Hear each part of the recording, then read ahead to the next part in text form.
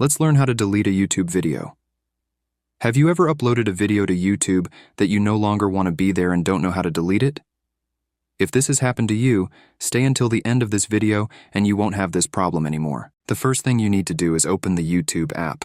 When YouTube is open, make sure you are logged into the correct account from which you want to delete the video. When YouTube is open, you'll be on the home page, but you don't need to be on that page. You need to be on the page that opens when you click the U option located in the bottom right corner of the screen. On that page, there is some information about your channel. On that page, you need to click the View Channel option located below your channel name.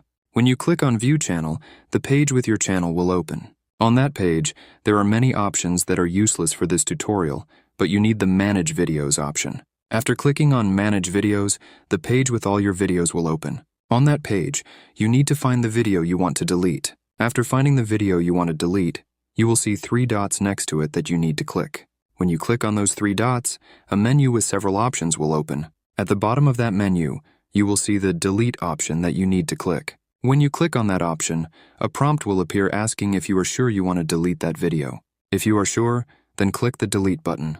When you click Delete, you have successfully deleted a video on YouTube. So, thanks for watching. See you in the next video.